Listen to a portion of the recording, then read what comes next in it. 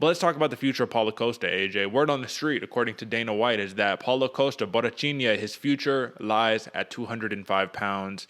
However, Costa says, yeah, I want to stay at 185 for a while, get the belt, and then I'll move up. No big deal, you know. So do we need to hire the same person for Deontay Wilder and Paulo Costa to get them to like accept some losses and have a little respect? I don't know. What do you think?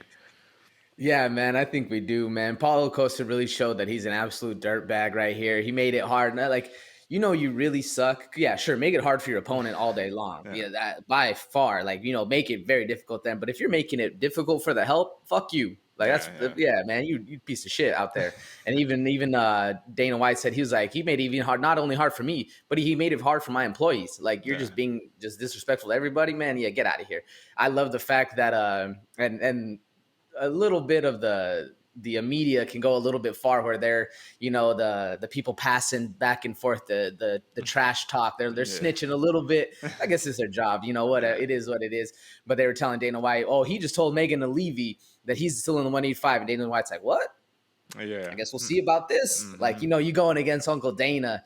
Yeah, Paulo Costa is going to be fine at 205 from now on. Yeah. He even said it. He was like, we tell them where to fight. That's what it is. Well, that's the thing, man, and that's the thing that it's like it's the how would you say open secret in MMA in the UFC is that it's a dictatorship, bro. You know what I mean? This isn't boxing where you have your promoter and your negotiator. It's Dana White, Sean Shelby, McMaynard. They will tell you where you're fighting at, who you're fighting against. You have no say in this, or else you can get the fuck out. And that's basically how they look at it because the product, like I said time and time again, is the UFC.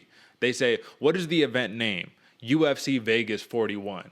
Then you get Costa versus Vittori. Like you can almost not name it at all and just be like, oh, UFC Vegas 41, and people will tune in just because, oh, UFC card, okay, awesome. You know what I mean? So I'm not trying to disrespect the fighters here, but I'm saying if we're being logical, if we're being realistic about this, we should understand that the value comes in the promotion, which is why you have people who are like begging on Dana White Contender Series, please pick me. You know what I mean? It's damn near like how would you say? It's like some high school fucking pick me. I don't want to be picked last type shit. You know, it's kind of like that, man. And it sucks that it has to be that way. But because there's no union, because MMA is such a new sport relatively compared to other sports, man, this is just how it is for right now. There's very little control from the fighters unless you're Conor McGregor, right? The Diaz brothers or whatever, something like that, where you're bringing in so much money. So many people are buying your pay-per-views. But with that being said, man, Paulo Costa, this is the last thing that I want to talk about regarding this fighter, today at least, AJ. Where does a man go who was on top of the world, a future champion, destroying everybody, who's 12-0 on top of the world, to 12-2, right? Or I guess 13-1, 13-2, right? 13-2, back-to-back losses. You get finished by Adesanya. You lose a decision to Vittori, which could be more demoralizing because there was nothing you could do. You dispute the loss. He says, yeah, I think I won the fight. And it's like, on whose scorecard, first off? But anyways, where do we go with a man like this, man? Mentally, I just think that like even at 205, if you cannot accept these losses, this is going to be a very tragic turn to what was a very bright career for Paulo Costa. What do you think? I think the biggest thing that Paulo Costa needs to do is get away from his own camp. He Yeah, fights out of his own Borrachinha camp and all that stuff. He needs to get the yes men away from him and get some real deal training for some real deal killers out there. yeah, Get some people who are going to teach him no. Teach him, he's right now he's looking like a spoiled child that he's having his bottle taken away from, where the mom just keeps babying him. Like he needs to stop getting babied and realize this is a sport of absolute savagery and get things going, man. He needs to not be the one who's in charge of everything and actually needs to take over. And I do think both mindsets are good. You need to be the killer in there, you need to be the top dog, but you also need to be humble and be able to have things going for you both ways, man. It's crazy to see that, like I said, he's fighting out of his own camp and everyone's just a yes man to him. And the fact that he even thought that, one, he can have the ref not take a point away from him, as well as think he won the fight and by any means. And he went back to his corner and they're like, no, you're winning, you're doing it. Bro, that's just a bad look.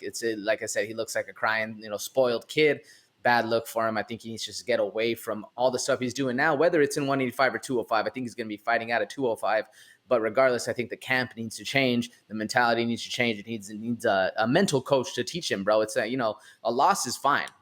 a loss is it is what it is. We all lose in something, but it's about how you handle the loss, turning it into a lesson and growing from that and not letting it affect you. Because if he keeps the same mindset and the same aspects he has going right now, it's just going to be more L's to come, and it's going to be a very big spiral downward going forward, man. What do you think? Yeah, no, I'm with you. I think that he needs to follow the approach of, who was it? Was it Winklejohn? I think it might have been Winklejohn, who was like, yeah, John Jones, you can't come back to, you know what I mean? You can't come back to Jackson Wink, you know what I mean? I'm sorry, dude. Until you get your drinking shit together and you fix all your problems, like, you can't come back. And I think he needs somebody to step up like that for him.